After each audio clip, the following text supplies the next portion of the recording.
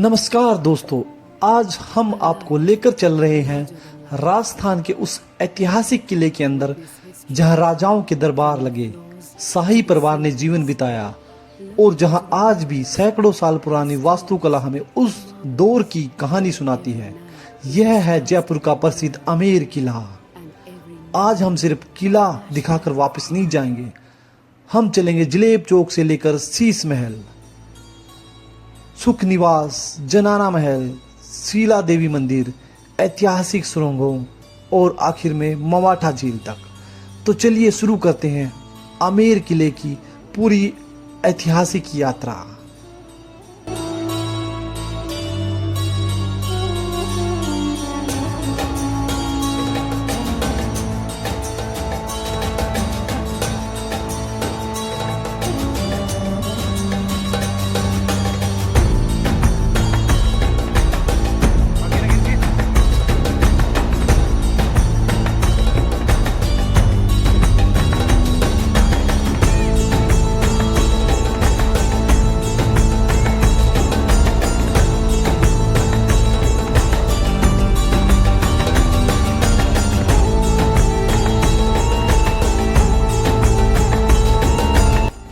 सूरज पोल या चांद पोल से प्रवेश करने के बाद आप जलेब चौक में पहुंचते हैं।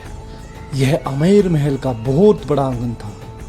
राजस्थानी पर्यटन के अनुसार पुराने समय में युद्ध से वापस लौटने वाली सेनाएं यहां आती थी और युद्ध में प्राप्त सामान जनता को दिखाया जाता था। दोस्तों, हमारी आमेर किला की यात्रा शुरू होती है इस विशाल जलेब चौक से। आज यहाँ हजारों पर्यटक दिखाई देते हैं, लेकिन कल्पना कीजिए सैकड़ों साल पहले यही जगह सैनिकों से भरी रहती होगी। जब राजा की सेना युद्ध से वापस लौटती थी तो यही उनका स्वागत होता था और युद्ध में प्राप्त सामान जनता को दिखाया जाता था। यानी यह सिर्फ एक आंगन नहीं था, यह आमेर की सैन्य शक्ति और राजकीय प्रतिष्ठा दिखाने की जगह भी था। आज यहाँ पर्यटक खड़े हैं, लेकिन कभी इसी जगह पर विजयी सैनिक खड़े होते थे।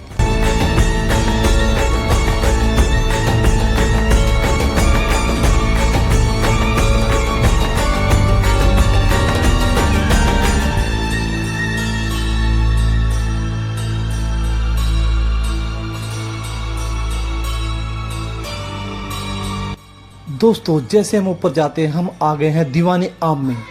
आम का मतलब है आम लोगों का दरबार। कल्पना कीजिए सैकड़ों साल पहले राजा इसी जगह बैठा होगा और उनके सामने राज्य के दरबारी महंत और आम लोग अपनी बातें रखते होंगे।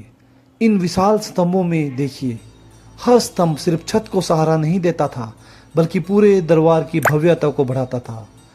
यानी राजा की अदालत इसी जगह थी जहां शासन भी था और राजकीय शक्ति का प्रदर्शन भी था। दोस्तों, आमेर किले में राजा और राज परिवार के लिए सिर्फ बड़े बड़े महल और दरबार ही नहीं थे, यहाँ उनकी रोजमर्रा की जरूरतों का भी पूरा इंतजाम था। यह हिस्सा स्नानागार से जुड़ा हुआ था। उस समय आज की तरह नल, शावर और गीजर नहीं हुआ करते थे, लेकिन आमेर के राजमहल में पानी को अलग अलग हिस्सों तक पहुंचाने की शानदार व्यवस्था थी। पानी को टंकियों और नालियों के जरिए जरूरत वाली जगह तक पहुंचाया जाता था।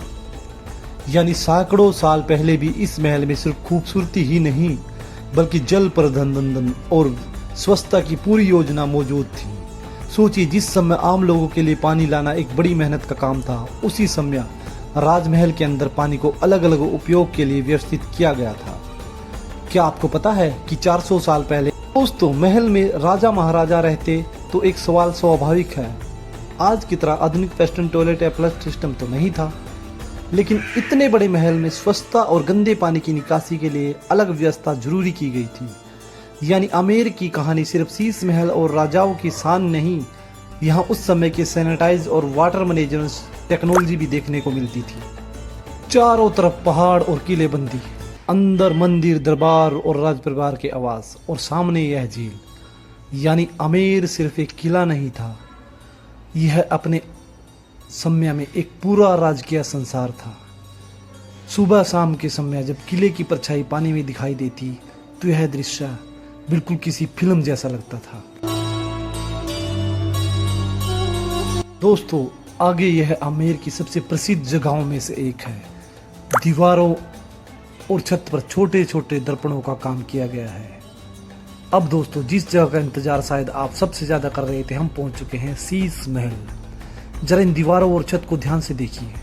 छोटे छोटे शीशों का इतना बारीक काम की रोशनी पड़ते ही पूरा वातावरण चमकने लगता है। आज हमारे पास हजारों बल्ब है, लेकिन उस समय रोशनी का ऐसा प्रभाव पैदा करने के लिए वास्तुकारों ने दर्पणों का इस्तेमाल किया। कल्पना कीजिए, रात का समय है, कमरे में दीपक जल रहा है और उनकी रोशनी इन छोटे छोटे शीशों में बार बार प्रतिबिंब हो रही है। यही वह चीज है जो शीश महल सिर्फ सुंदर नहीं बल्कि अद्भुत बनाती है। एक दीपक और पूरा महल जगमगा उठता था। दोस्तों जरा ऊपर दीवारों को ध्यान से देखिए, आपको हजारों छोटे छोटे शीशे दिखाई देंगे। यह सिर्फ सजावट नहीं थी, इन शीशों को इस तरह लगाया गया था कि रोशनी इनके ऊपर पड़ के अलग अलग दिशाओं में प्रतिबिंब हो। कहा जाता है कि रात के समय जहां दीपक जलाए जाते थे, उनकी रोशनी छोटे छोटे शीशों में चमकती थी और पूरा कमरा तारों से भरे आसमान जैसा दिखाई देता था। दोस्तों जरा ऊपर देखिए, यही वह जगह है जहां रानियां झूला झूला करती थी।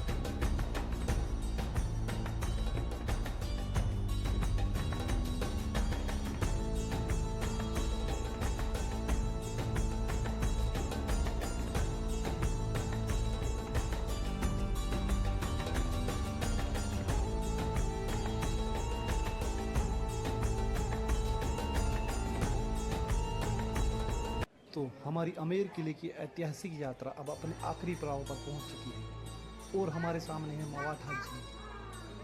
ऊपर आप देख सकते हैं आमेर का किला विशाल और नीचे शांत पानी। जरा झील के नीचे बने इस खूबसूरत बाग को देखिए, इसे कहा जाता है केसरी क्यारी।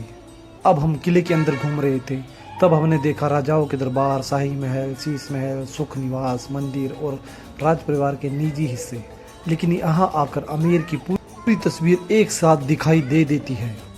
ऊंची पहाड़ियां, मजबूत किलेबंदी, शानदार महल, बगीचे और पानी, इन सब ने मिलाकर आमेर को एक पूरा राजकीय संसार बनाया था। इसलिए मवाठा झील से आमेर को देखना इस पूरी यात्रा का सबसे खूबसूरत अंत है। दोस्तों आमेर की दीवारें आज शांत हैं, लेकिन इन पत्थरों के अंदर सैकड़ों साल का इतिहास छुपा हुआ है। आमेर यात्रा यहीं खत्म होती है, लेकिन आमेर की कहानी यहीं खत्म नहीं होती। आमेर किला एक किला नहीं, सदियों की कहानी है। तो दोस्तों आपसे मेरा अनुरोध है, एक बार यहाँ जरूर आए और इस भव्य किले का आनंद जरूर लें। अगर आपको राजस्थान के किलों और महलों की ऐसी ऐतिहासिक कहानियाँ पसंद है तो वीडियो को लाइक करें, चैनल को सब्सक्राइब करें और कमेंट में जरूर बताएं आमेर किले की कौन सी जगह आपको सबसे ज़्यादा पसंद आई। मिलते हैं राजस्थान।